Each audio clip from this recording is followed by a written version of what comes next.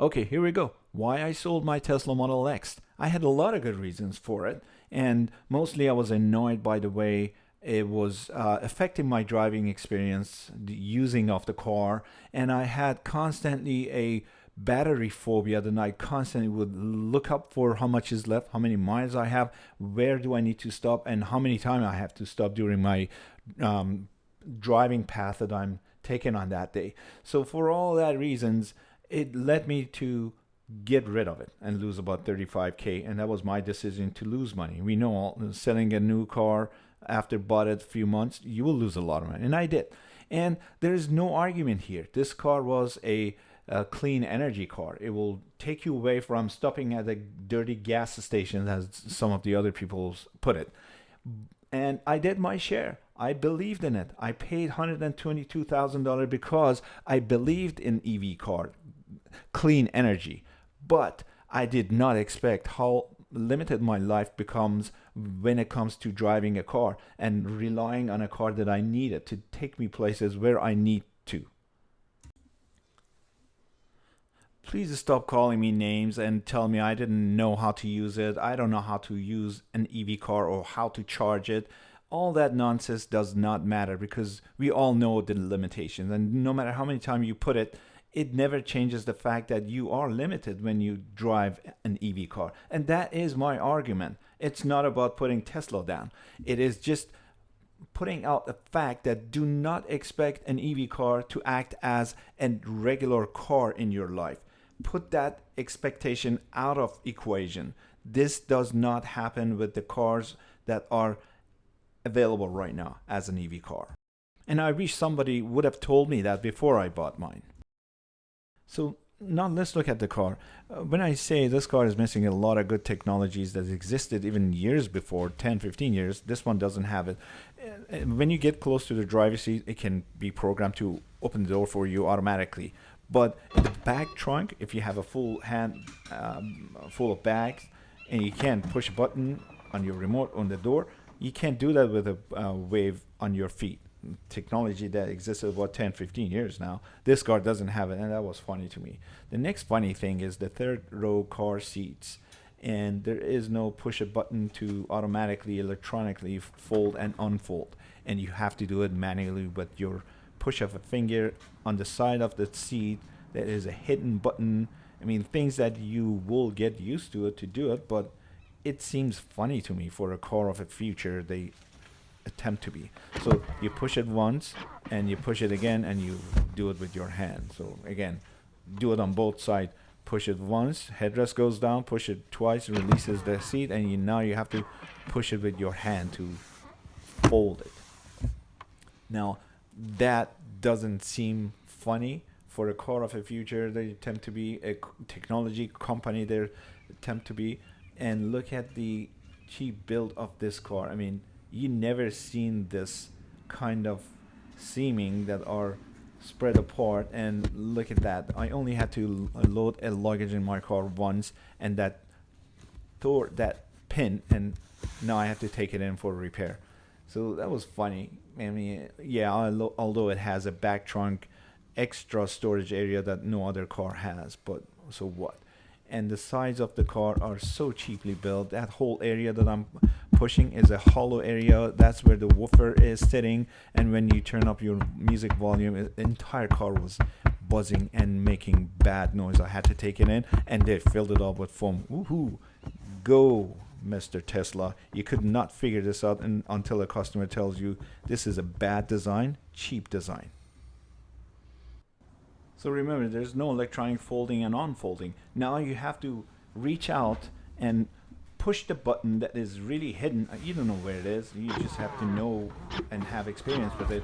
Push it once and then grab it with your hand, pull it back up twice, and now pull back the headrest.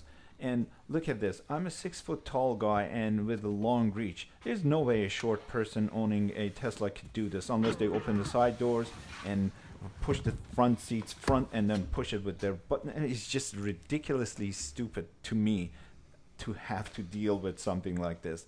This is unacceptable for a technology company.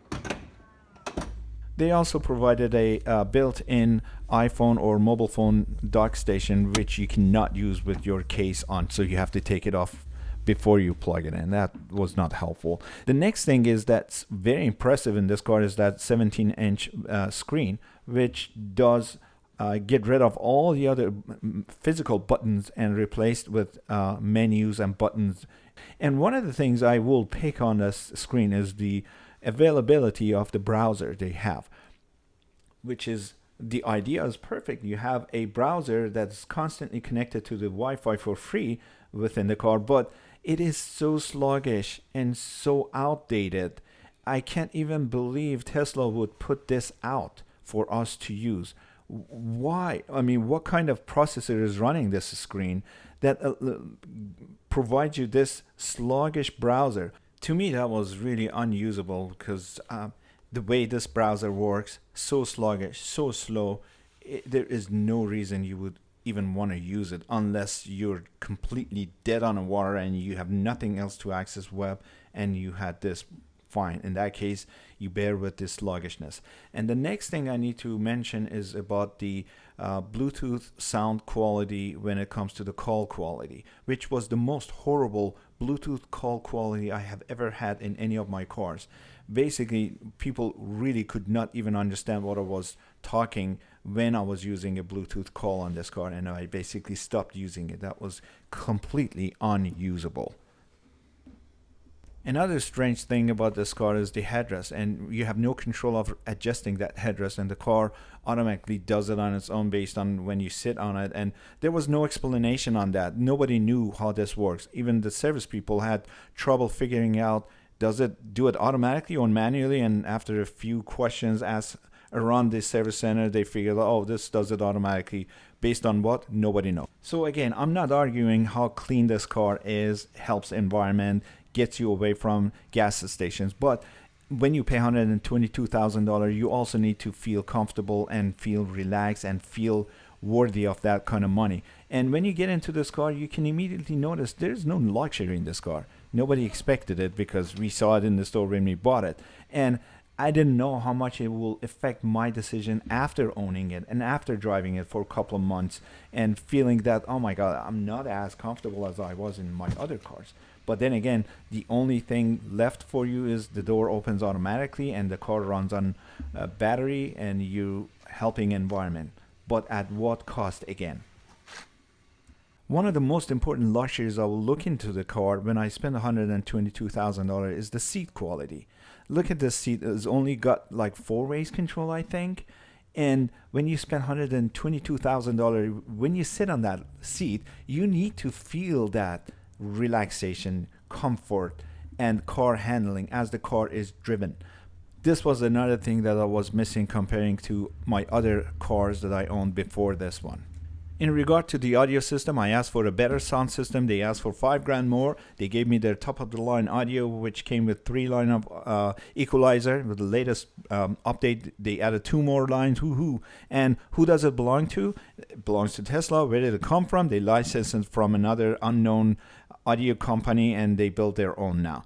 And now with this one, I turn up the audio. As I explained, the doors are hollow, and because where the woofer is sitting is inside the hollow side panel of the car, and that was empty, and when you raise up the bass, the entire car was buzzing.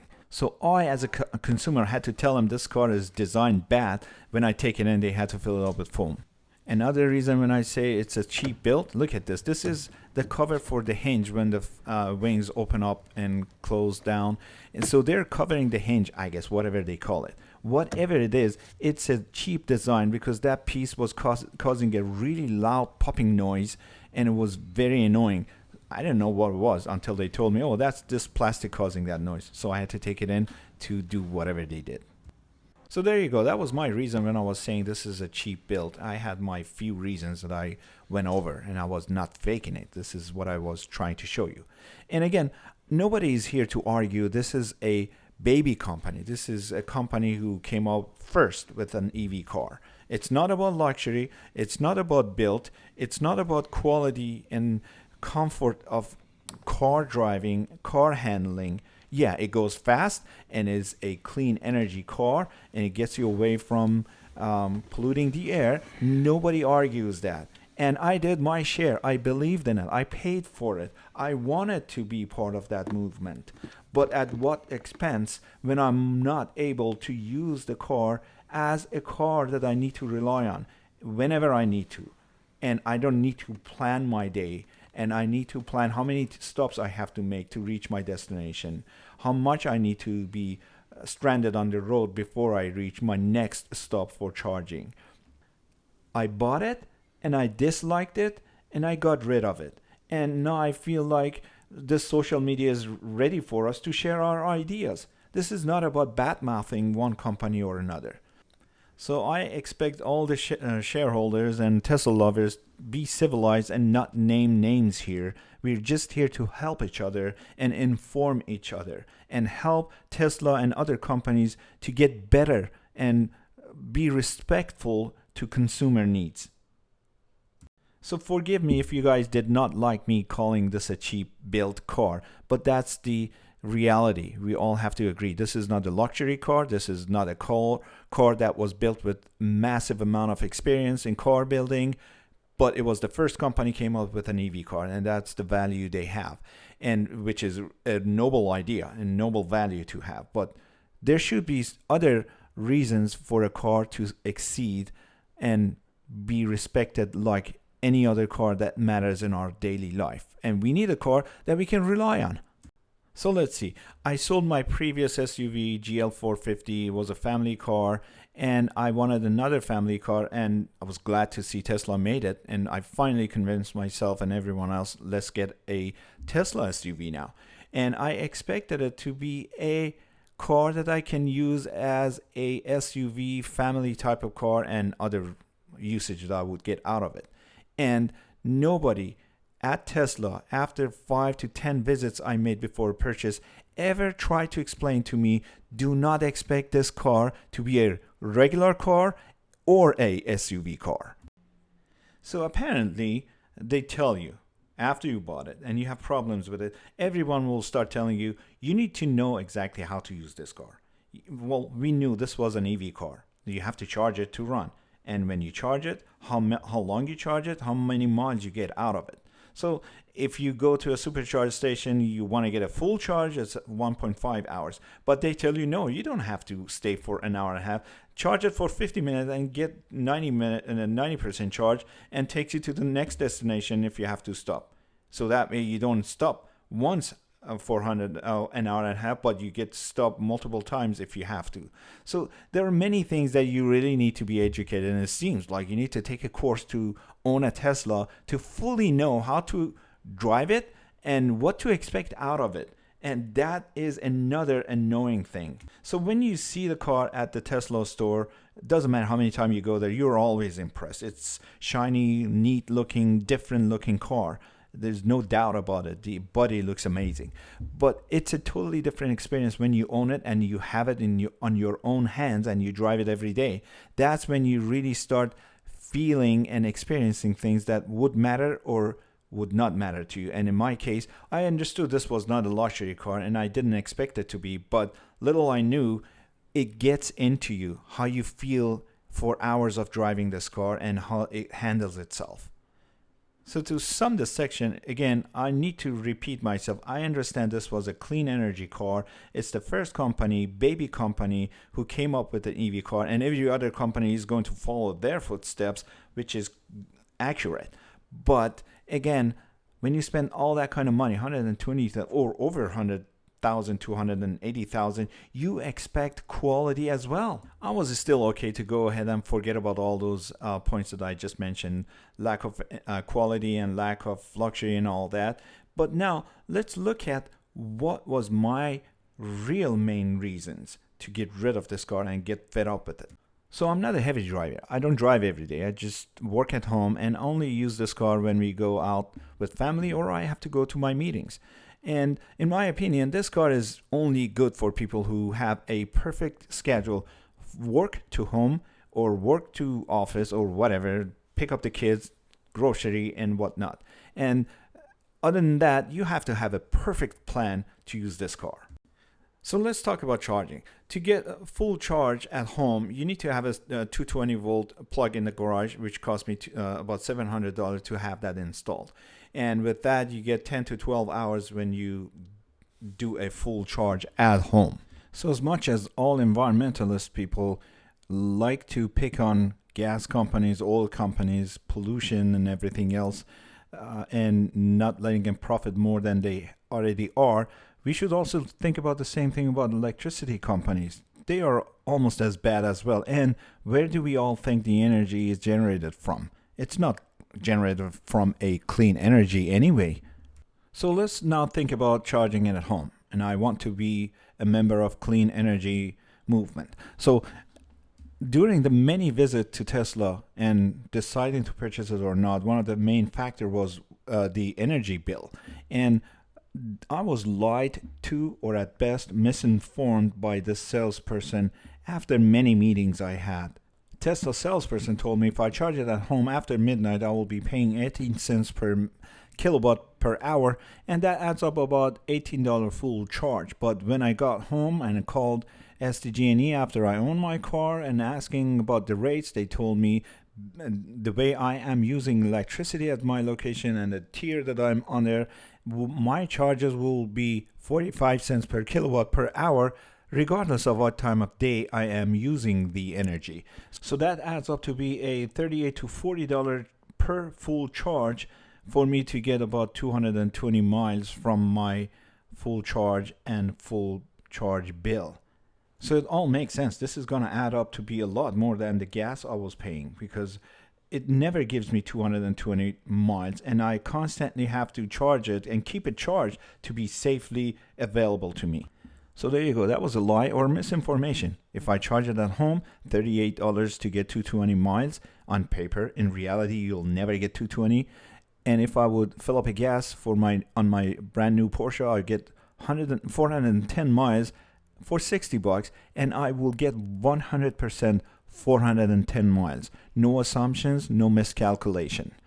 And in my experience, to get that kind of mileage I need compared to the gas, I would charge a lot more at home, pay a lot more for electricity than I would be paying for gas station. There's no argument. No matter how many times you environmentalists and Tesla lovers are going to argue this, that's not real. So I called Gas and Electric and asked them, how do I get 18 cents? And they told me you have to install a $2,800 EV meter to get that 18 cents.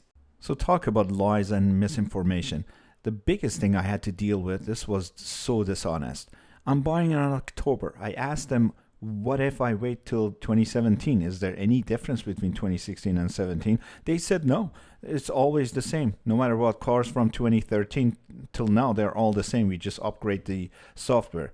I mean, it doesn't make sense. I should have known better. There's no way the car is not going to have any advancement.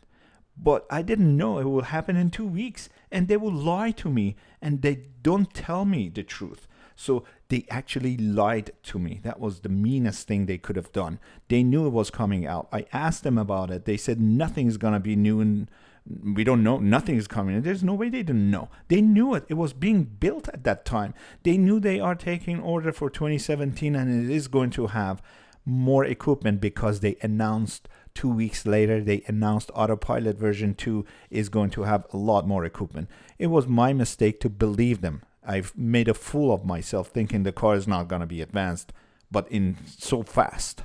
So now I received a car. I'm a Tesla owner at this point. This is a totally different position to be in compared to when you go to a Tesla store, you're impressed with it. Now you own it. Now you need to use it in your life, and you need to accept or agree or disagree with everything this car does. So to begin with, the car looks amazing. From the exterior look is unbelievable. There's nothing like it in the market. It looks gorgeous, beautiful, different. And then when you get inside this car, it's a totally different experience. The biggest impressive point about this car is that 17-inch monitor that replaced all the buttons and gears and knobs and everything else. So it looks clean, simple, very basic looking, and there is no luxury about this car, and we knew that. We thought we can live with it. I mean, we don't look for a luxury car now. Now you're happy. You think, okay, I'm done with gas stations. I'm not going to go to any gas stations anymore. I can fill it up at home and I'm free like a bird. And I don't have as much expenses anymore. And I am helping the environment. I am helping a new cause that is leading the country and humanity to a better, cleaner earth. That's the biggest value Tesla had, and I agree with it, and I wanted to be part of it. And now it's different. Now you have a car at the same time helping the environment, but it also needs to help you and act as a car that you need in your life. So now I put it to test, and my real frustration starts to kick into my day life. So now I'm taking it on the road for the first time, driving from LA to Santa Barbara. So I had to stop in LA and get a charge. And this charge, I'm thinking, okay, I need to get a full charge, so I stop less. So I stepped for about an hour and a half to get a full charge and get me to 20 miles. And that's what I did. So I had an hour and a half to kill, and I'm waiting around, I guess. What do I do? It was cool. It was new. It never existed in my life, and I wasn't expecting anything. I thought, well, just get a charge, and we'll see how it goes. So you're already stopping. You better get a full charge. You have a long way to go and come back and all that. I mean, why would I not want to get a full charge? Yeah, it takes me an hour and a half. They told me there's a supercharger station on your way. You can stop and get a full charge. And that's what I did. Nobody told me to stop only for 50% or 90% charge and don't spend an hour and a half. So I stopped for the full duration to get a full charge. That's a common sense. So what would you do for an hour and a half? It's cool, it's new. So what do you want to do? You want to sit inside your car or walk around for an hour and a half or go drink or eat something? So you have an hour and a half to kill. It's not like few minutes. Gas station stop. So that's a common sense. You want to kill time. You want to do something. And so what I did is, I don't know, you want to rest, you want to sleep for an hour and a half, or you want to go, if you're hungry, you go eat, right? I mean, that's just normal. That's human. You need what you need. So if I'm forced to stop and I was not hungry or I was not tired, what did I do? I'm just thinking, oh, it's fun. Let me go do something rather than sitting inside my car. So if I did that, I would spend some money and I wasted some time at the same time as well. Maybe I didn't want to stop. Maybe I was not tired. Maybe I did not want to stop. My car, if it could run for 500 miles, I would have. So now this car is controlling my habits. It's controlling my needs. I did not need to stop. I was not hungry. I was not tired. I had some emergency. I had to keep going. I could not do that. The car forced me to stop, and it is now controlling my schedule. So this happened in the way going up to Santa Barbara. Now I'm coming back. In the way back, I'm facing the same force to stop or whatever it will be. So I cannot keep going. I have been driving for hours. I don't want to stop. I am not hungry. I want to go home and eat, whatever. But the car is again controlling my needs. The car needs to stop and get charged. You can argue, I mean, the gas car needs to get gas as well. The gas is going to be 5 minutes. Gas station stop and go. I could go 400 miles with no stop.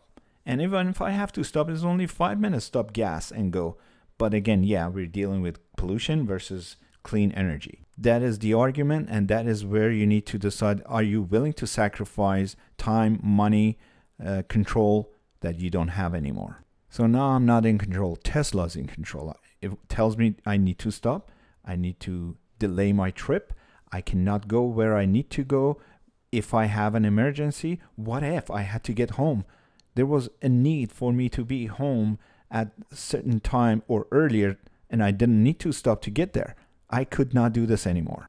So anyone with common sense and logic can agree that Tesla is not an ordinary car. Do not expect it to act as any ordinary car. This is a car that needs to be taken care of with a battery where it needs, when it needs, and how far you can go with, and how fast you can go with, how many people you can have in the car to get the distance you want. And there's so many things, and so many obstacles and unnecessary tasks that have never existed in our life. And now because of Tesla, we are dealing with it.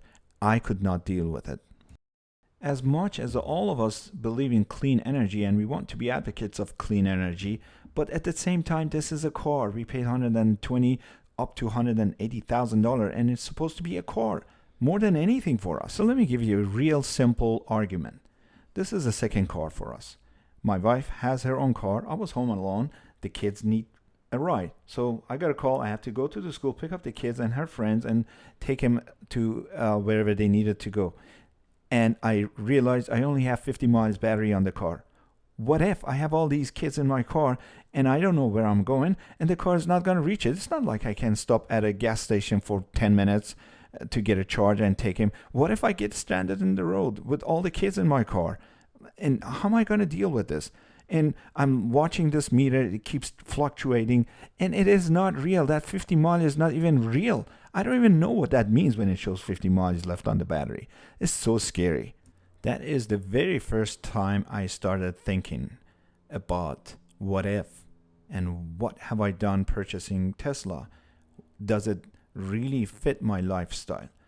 Who is it really for? It's definitely not for me as a family person. It's definitely not for me who cares about the reliability of a car. This car to me was not reliable. So that day I immediately started looking up on YouTube and find out what if Tesla goes flat on battery? What will happen? And I came across this video that I'm sharing the link for you guys to watch it. And this gentleman explains how it took him hours to get a Tesla approved towing company to come and pick up the car, which took him well over an hour to pick up the car, even if it was a Tesla approved towing company, and it charged them about $150 to tow the car to their home because there was no mechanical or technical issue with the car. You forgot to charge it. And this gentleman didn't really forget to charge it. He expected he had 50 miles or 30 miles on the car, and the car went flat because it was sitting. So I didn't know. This person didn't know either. As the car is sitting in your garage or wherever, on its own, it's losing 2 to 5% of battery, even if it is not using it, because of everything the car is doing while it's sitting. So that's what the miscalculation this gentleman had, and the car died. And he didn't know. So let me give you another example. We had planned to go from San Diego to Orange County with family. And this time I will have grandma in the car. She's an older person. We don't want to stop. So a night before, I had the car fully charged and ready to go. And I had no plan to go anywhere else in the morning. But suddenly in the morning, I had to go to an unexpected meeting. Going back to my meeting and back home, I lost about 50 miles. So there you go. My plan is ruined now. Now I am forced to stop. And on top of all that, I had grandma and everybody in the car, and we all have to stop either 50 minutes or an hour and a half of a stop, which is not pleasant. And these are the stuff that I don't like, and these are the stuff that I call obstacles and unnecessary tasks that we have never had to deal with. But I was forced again. We had to stop. Hey, grandma, we have to stop about 50 minutes. Forget about full charge. 50 minutes. Let me give you one more example, and I promise this is the last example I'm going to give you. We had a plan. It was a school break time. We planned to go to Arizona from San Diego. Going to from San Diego to Arizona, the way the mileage was, I was supposed to stop 2 or 3 times. And it's not a pleasant drive. It's not a pleasant area driving from San Diego to Arizona. And I really did not want to risk my family to have stops, long stops in those areas. And I wanted to avoid that. Plus, I mean, that drive is so long on its own anyway, and adding 2 or 3 hours more to that stop on each way is way more than acceptable. It's supposed to be a vacation time. Vacation is not getting stranded on the road just because I'm driving a EV car. This is changing my lifestyle and everyone else's who's doing it. There you go. Another plan that I was planning to use my SUV family car, taking it on the road, and I could not trust it. I did not want it to force me to stay in those out of town areas that I don't like to get stranded with, not pleasant areas to get stranded with. I'm sure Tesla puts it in a nice places, but even that is too much to handle. Extra times, 2-3 hours added to your trip, unacceptable. I don't want to be that. I am sure of it. Environmentalist people who love clean energy and they are all about helping environment for a good reason, they do not mind these kind of obstacles. They don't even think it is an obstacle. And that is fine. But this is not the same for everyone else. I call myself an ordinary person who had the money to buy this car and at the same time help the cause. And I did my share. I wanted it to be that person, but at what cost? It is causing me and my time, my schedule massively. This was not supposed to be. This was supposed to be a clean energy car, but at the same time be a car for me. And do not limit me. Do not tie my hands and tie my schedules to its own schedules that it needs 50 minutes, 20 minutes, an hour and a half of stop. However you plan to charge it, there is a delay in your day and change in your schedule. So in the last 30 days that I still own the car, I barely used it. I avoided using it because I hated to deal with all of those obstacles, limitations, battery phobia, constant nervousness of this car having enough charge or not. Where am I going to charge it if I'm on the road or not? Should I go here or not? Every wrong turn I made was a loss of battery. Every uphill loss of battery. More people in the car, more battery. Faster you go losing battery. And I automatically had a 22-inch rim on the car and I automatically lose 25 miles anyway and left with 225. And that is never real. You will never get 225 out of this car. It's max 190 or 200 at best. So all of that, I said, I forget about it. I don't need this in my life. At this time, I don't even care if it is helping environment. That's not why I spend $122,000 helping environment, and I needed a car, which I don't. We can all say and accept and agree that we're helping environment, we're helping technology. This is a new young car company is trying to do something new and being innovative and all that stuff, but at what expense? At the expense of $122,000 and not being able to use your car the way you really want to use it or used to use it, and having all those many obstacles that never existed before. It didn't make sense to me and my life anymore. So again, this is only my opinion. You guys can agree or disagree. This by any means, I don't mean to put down Tesla or Tesla lovers or Tesla users. I'm just trying to share my understanding and my way of life and how owning a Tesla started affecting my life and my car usage. And this probably has the same values to other people that may agree with it, and they should know about it.